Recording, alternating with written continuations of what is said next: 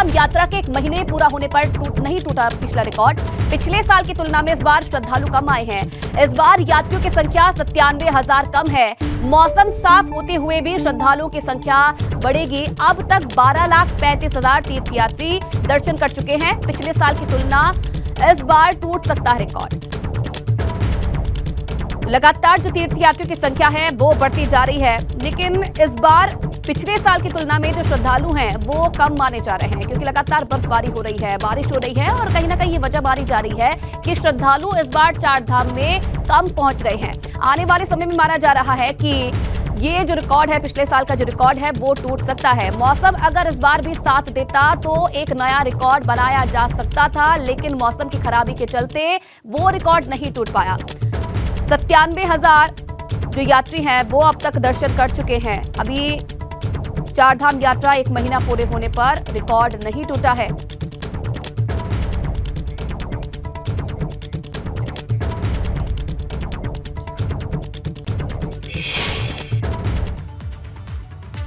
और अब आपके सामने चारों धामों की अलग अलग तस्वीरें हैं। आपको ये बता रहे हैं कि चारधाम यात्रा में अब तक कितने श्रद्धालु दर्शन कर चुके हैं, जो पिछली बार की संख्या में अब तक 97,000 कम है। केदारनाथ की सबसे पहले तस्वीर आप देख रहे हैं। 3,24,684 जो यात्री हैं, श्रद्धालु हैं, वो दर्शन यहां पर कर चुके हैं। और दूसरी तस्वीर में बद्रीनाथ को आप देख रहे हैं। 4,27,214 जो यात्री हैं, श्रद्धालु हैं, वो दर्शन कर चुके हैं।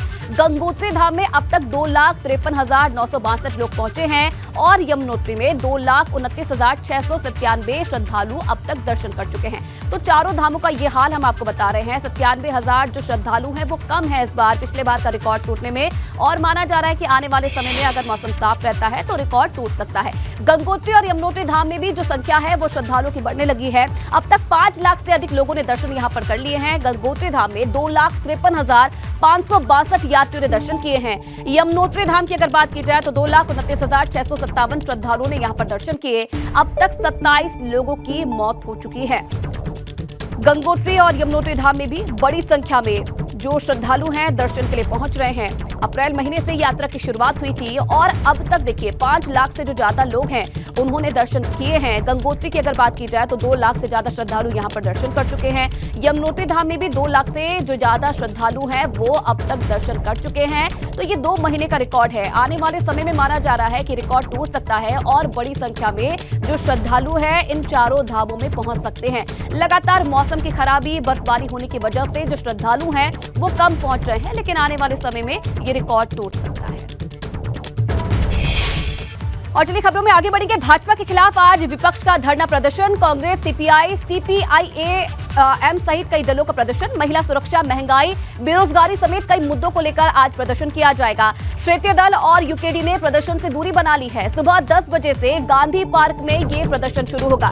बड़ी खबर, भाजपा के खिलाफ आज विपक्ष का धरना प्रदर्शन देखने को मिलेगा। कांग्रेस, सीपीआई, सीपीआईएम सहित कई जो दल हैं वो प्रदर्शन करते हुए नजर आएंगे। हालांकि देखिए, महिला सुरक्षा, महंगाई, बेरोजगारी समेत कई मुद्दों पर आज धरना प्रदर्शन किया जाएगा, लेकिन प्रदर्शन में क्षेत्रीय दल और यूकेडी ने दूरी इससे बना ली है। सुबह 10 बजे का समय है जब गांधी पार्क में तमाम जो पार्टी हैं, विपक्ष है, वो प्रदर्शन करेगा। प्रदेश के तमाम मुद्दों को लेकर आज सरकार को घेरने की तैयारी कर रहा है विपक्ष। सुबह 10 बजे देहरादून गांधी पार्क में प्रदर्शन शुरू होगा। कांग्रेस, सीपीआई, सीपीआईएम सहित कई जो दल हैं वो प्रदर्शन करेंगे।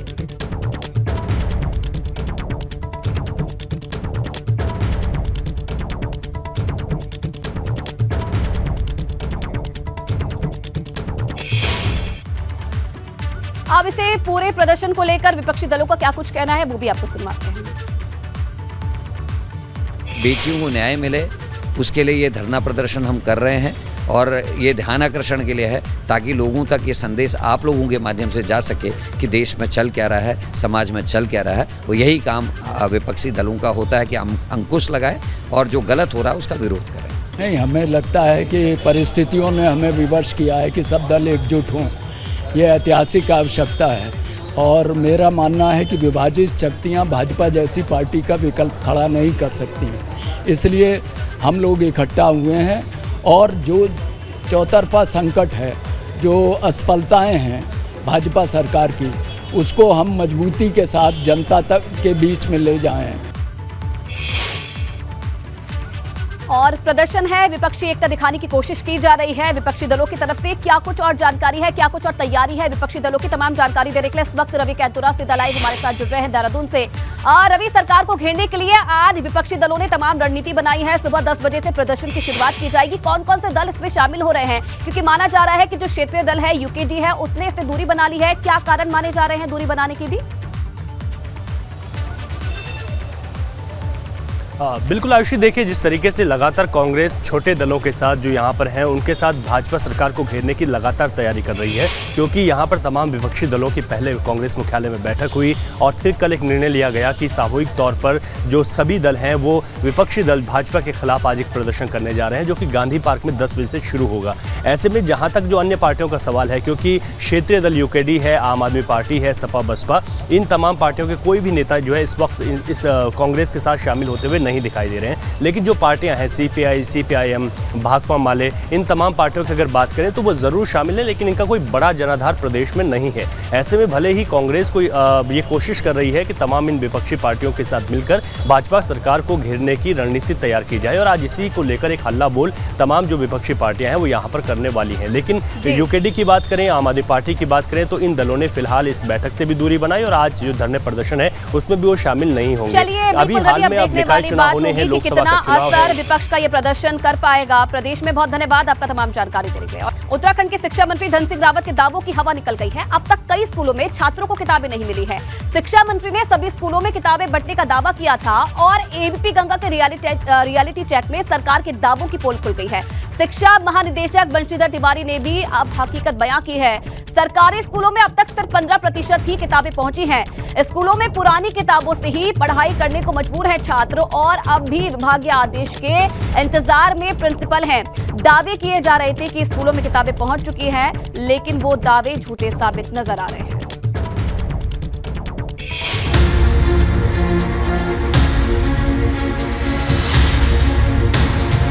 जो बुक आई है वो आई है अभी आपको? नहीं। कौन सी मिली है? अभी पुरानी मिल रही। पुरानी बुकें थी ना, उनसे पढ़ा रहे थे मैम जी। अभी पुरानी बुक से कर रहे हैं। लगभग सभी स्कूलों में चले गए हैं। सुना आपने इन बच्चों की जुबान पर जो बातें आई हैं और जो कैमरे के सामने जो सच बोला है, उसको कैसे शिक्षा मंत्री धन सिंह रावत दरकिनार करते हुए यही कह रहे हैं कि किताबें तो सभी स्कूलों में पहले ही पहुंच चुकी हैं। चलिए एक बार फिर से आपको मंत्री जी का पूरा वाकया सुनाते हैं।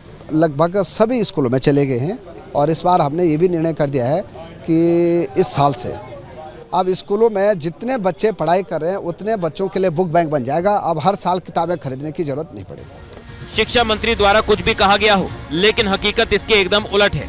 स्थिति ये है कि स्कूलों में बच्चे पुरानी किताबों के सहारे ही अपनी पढ़ाई कर रहे हैं, क्योंकि जब एबीपी गंगा ने हकीकत जानने के लिए रियलिटी चेक किया तो सब कुछ बेपर्दा हो गया। कक्षा 8 के बच्चों को पुस्तकों का वितरण हुआ है। बाकी जो कक्षा 6 है, कक्षा 7 हैं, 1-2 किताबें उनकी भी मिली हैं। लेकिन हमारा प्रयास ये रहा कि पिछले बच्चों से हमने किताबें लेकर के उनसे हमने उनके अध्ययन जो भी है और प्लस जो विद्यालय को विभाग द्वारा मिशन कोशिश 2 का जो पाठ्यक्रम दिया गया है उसके अकॉर्डिंग हमने 2 माह तक पूरी मेहनत करके उनको पढ़ाया है। इन बच्चों को अभी जो पुरानी बुक्स हैं, जो बच्चे प्रमोट होके 3rd या 4th में चले गए हैं, उन बच्चों की पुरानी बुक्स से यहाँ पर इनको पढ़ाया जा रहा है। आप देखेंगे तो ये देखिए, ये पिछले साल की बुक्स है बच्चे की, और इस बुक के माध्यम से जो टीचर हैं यहाँ ये पढ़ाई रही हैं, क्योंकि सभी टीचर्स ने ये तय किया था कि जब तक नई किताबें नहीं आ जाती हैं तब तक इसी जो पुरानी बुक्स हैं, जो बच्चों की पिछले सिलेबस की बुक्स हैं, उन्हीं बुक से पढ़ाया जाएगा। हालाँकि सरकार का यह दावा था कि मई से अप्रैल महीने से नया सत्र शुरू होगा तो उस वक्त बच्चों को नई किताबें दे दी जाएंगी, लेकिन क्योंकि टेंडर प्रक्रिया में थोड़ा वक्त हुआ, मई में नई किताबों को छापने का कंपनी के साथ टेंडर होता है और उसके बाद जो किताबों की छपने की प्रक्रिया वो शुरू हुई है। दरअसल प्रदेश भर में 16,501 सरकारी स्कूल और 614 अशासकीय स्कूल हैं, जिनमें पौड़ी 1,994, अल्मोड़ा में 1,713, बागेश्वर में 768, चमोली में 1,325, चंपावत में 682, देहरादून में 1,296, हरिद्वार में 938, नैनीताल में 1,349, पिथौरागढ़ में 1,487, उधम सिंह नगर में 1,110 और उत्तरकाशी में 1,173 सरकारी स्कूल हैं। कुल मिलाकर इन जगहों पर अभी तक मात्र 15% ही किताबें पहुंच पाई है, जबकि करीब 11 लाख बच्चों को किताबें उपलब्ध कराई जानी है। कि लगातार हमारी किताबें प्रिंट हो रही हैं और स्कूलों में पहुंच रही हैं। मुझे लग रहा है 15% से ज़्यादा स्कूलों में पहुंच चुकी हैं और शेष जो बच्चे हैं छुट्टियों में भी हम उनको घर पहुंचा देंगे। वैसे तो हर साल शिक्षा सत्र 1 अप्रैल से शुरू होने से पहले सभी छात्र छात्राओं तक मुफ्त पाठ्य पुस्तकें पहुंच जानी चाहिए, लेकिन प्रदेश के सबसे बड़े महकमे में शिक्षा विभाग के अधिकारी इतने सुस्त हैं कि वो सेशन शुरू होने के 1.5 महीने बाद भी स्कूलों में मुफ्त किताबें नहीं दे पाए। हालांकि स्कूलों द्वारा ये तय कर लिया गया था पहले से ही कि जो पुरानी किताबें हैं उनके माध्यम से बच्चों का सिलेबस पूरा करा दिया जाएगा और पहले सिलेबस के माध्यम पे आप देख रहे हैं कि बच्चे अपना जो मासिक टेस्ट है वो दे रहे हैं। अब सवाल ये खड़ा होता है कि शिक्षा मंत्री जो धन सिंह रावत हैं या विभागीय अधिकारी हैं वो कहाँ चूक गए, क्यों नहीं वक्त पर बच्चों को किताबें मुहैया करा पाए। देहरादून से अपने सहयोगी मनोहर रावत के साथ पंकज राणा, एबीपी गंगा। बड़ी खबर आपको बता दें, देहरादून से गोवा के लिए आज से सीधी फ्लाइट की शुरुआत हो रही है। आज गोवा के पर्यटन मंत्री का उत्तराखंड दौरा, शाम 8 बजे मुख्यमंत्री आवास में दोनों नेताओं की मुलाकात होनी है। गोवा से शाम 5:30 बजे जॉली ग्रांट एयरपोर्ट पर यह फ्लाइट पहुंचेगी। आधे घंटे बाद शाम 6 बजे देहरादून से गोवा जाएगी फ्लाइट। एक हफ्ते में 3 दिन का फ्लाइट का संचालन होगा। मंगलवार, गुरुवार और शनिवार को उड़ान भरेगी फ्लाइट। इंडिगो की 186 सीट प्लेन देहरादून से सीधे गोवा जाएगा।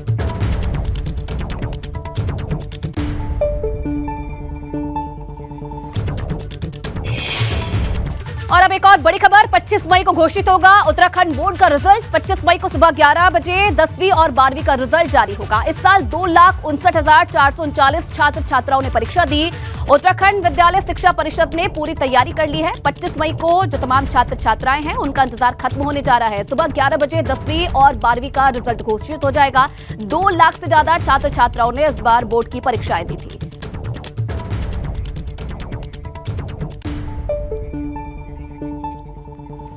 और चलिए अब आगे बढ़ेंगे तो सीएम धामी के आदेश के बाद अवैध धार्मिक स्थलों पर एक्शन लगातार जारी है। हल्द्वानी के लामा चौक में अतिक्रमण के जद में आए मजार को आज वहां रह रहे लोगों ने खुद ही ध्वस्त कर दिया। मुख्यमंत्री पुष्कर सिंह धामी के स्पष्ट निर्देश के बाद वन भूमि में अतिक्रमण करके बनाए गए मजार पर नोटिस चस्पा करने के बाद वहां रह रहे लोगों ने उसे खुद तोड़ दिया है।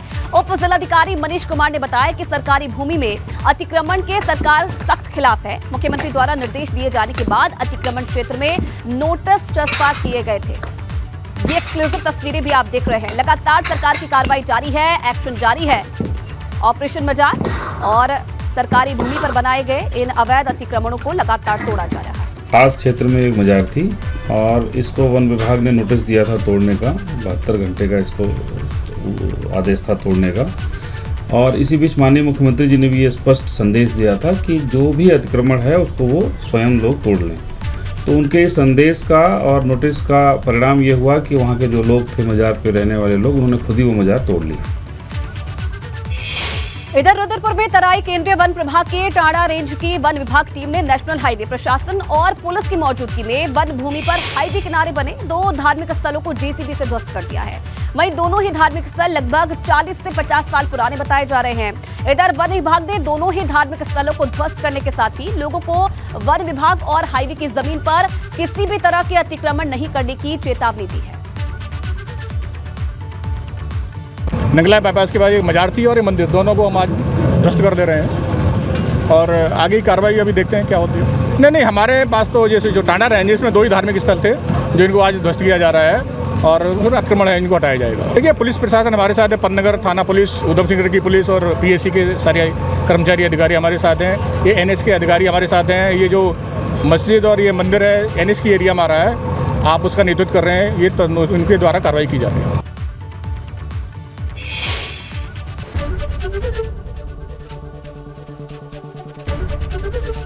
एबीपी गंगा, खबर आपकी, जुबान आपकी।